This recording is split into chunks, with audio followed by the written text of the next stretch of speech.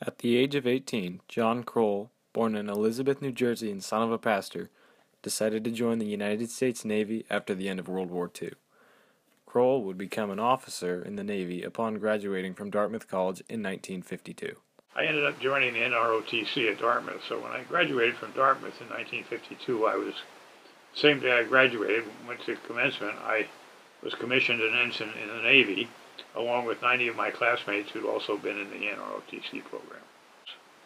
And I elected the service force ships, and consequently my orders were to an ammunition ship, which horrified my mother. Crowell was assigned to the USS Mount Katmai, a resupply ship that served as a part of the Navy's 77th Task Force operating along the east coast of the Korean Peninsula during the Korean War. While on board, Crowell served as a communications officer for his first year, then was promoted to Chief Operations Officer during the second half of his tour. I was communications officer for, probably about a year, and then the last 6 months of my tour I was the operations officer on the ship, which was the same communications was in the operations division or whatever they called it. But when I was promoted to Lieutenant JG, shortly after that I became the operations officer. As Chief Operations Officer, Crowell would be in control of the ship's operations for periods of 4 hours at a time, called watches. You would stand one watch a day, or even less than that, or sometimes more. I mean, we had one period when we were standing 2 watches a day, and that's hard. That's difficult. You know, you spend 8 hours a day as officers of the deck, and then you do your primary duties besides. Crowell left the Navy in 1954, following the end of his tour of duty, and pursued a career as a lawyer, graduating from Harvard Law School in 1957.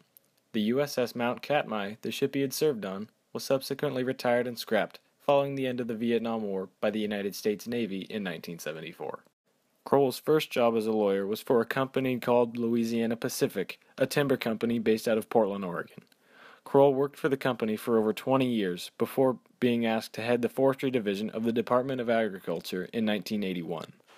I was named the general counsel, and that gave me some more prominence in the forest products industry than I had had previously, but I had, for some years, probably starting about 1963, had become active in forest industry affairs, serving in committees on a number of forest industry associations that were basically trying to deal with government and with the Forest Service. And so when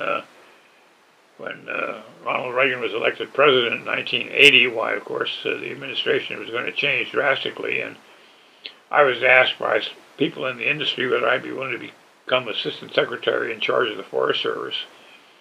I thought about it, and it so happened I had already been thinking about leaving Louisiana Pacific, and so I said I would. And so, in May of 1981, John Crowell was confirmed by the United States Senate to serve as Assistant Secretary of Agriculture for Reagan's first term, in what was at the time a somewhat controversial appointment, as he was opposed by multiple environmental groups. When the vote came, I was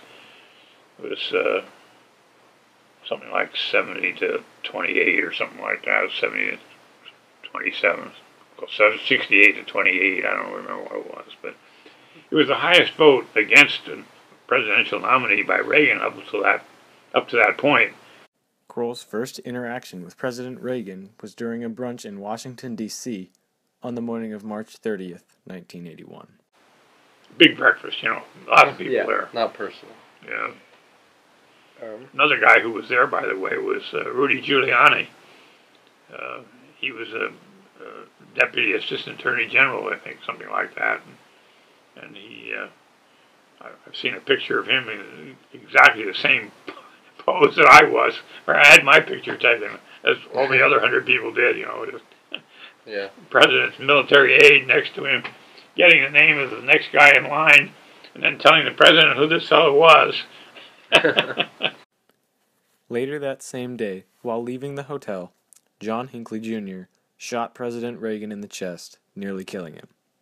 Reagan survived the assassination attempt and would continue to lead the nation as president until 1988. While Reagan was recovering from his injuries sustained from the assassination attempt, John Crowell was getting busy in his position at the Department of Agriculture, advocating for an increase in national timber harvest from America's national forests.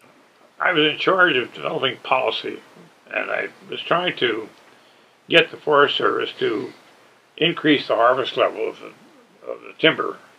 Um, the national forests had the capability of doubling their annual cut.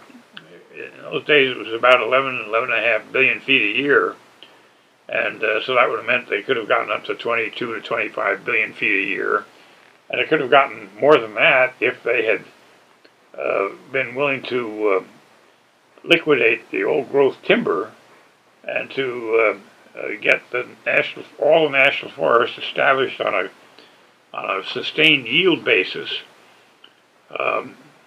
But that all foundered, both with the environmental opposition and with the fact that we had a recession, which meant that even the industry was not pushing for more timber from the national forests, and so instead we had problems with trying to work out how we would deal with high-priced timber sale contracts for which the value had gone down with the recession, and there wasn't being any harvesting of those contracts. The U.S. government has access to over 191 million acres of forest, which equates to nearly 300,000 square miles. A large amount of this land is dense in timber, planted in the 1930s and 40s thanks to the Civilian Conservation Corps established by President Roosevelt during the Great Depression. The trees planted by the Civilian Conservation Corps were now roughly 40 years old and were a key piece of the nation's natural resources. Throughout Crowell's term, he advocated for an increase in harvest to solve the shortage of industrial lumber America faced during the 1980s. But Crowell's biggest role in government wasn't until a bill he and fellow Assistant Secretary of Agriculture Bill Lesher wrote that was approved by Congress in 1985, dealing with soil conservation of American farmlands. A guy named Bill Lesher, who he and I together worked on a bill dealing with the conservation of farmland, and that bill was passed in '85 after I had left the government, but it set up a program where farmers were paid to leave some of their poorest producing acreage in just alone, just not raise crops on it, put a cover crop on it, or even plant it to trees. And that's still in force. I forget what the name of it is now, but Bill and I worked on that for several months and developed this proposal, which seemed to be acceptable to everybody. At the end of Ronald Reagan's first term, John Crowell retired as Assistant Secretary of Agriculture of the Forest Service after 4 years of working in Washington, D.C. Though he was no longer in government to see it, the Food Securities Act of 1985, which he helped create, was passed almost unanimously by Congress and signed into effect by President Reagan. Many of the original parts still exist today in modern revisions, most recently the 2008 Farm Bill passed by the Obama administration. Although Crowell's years in government have long passed, the impacts he had in it still exist today, serving as a symbol of his profound life accomplishments.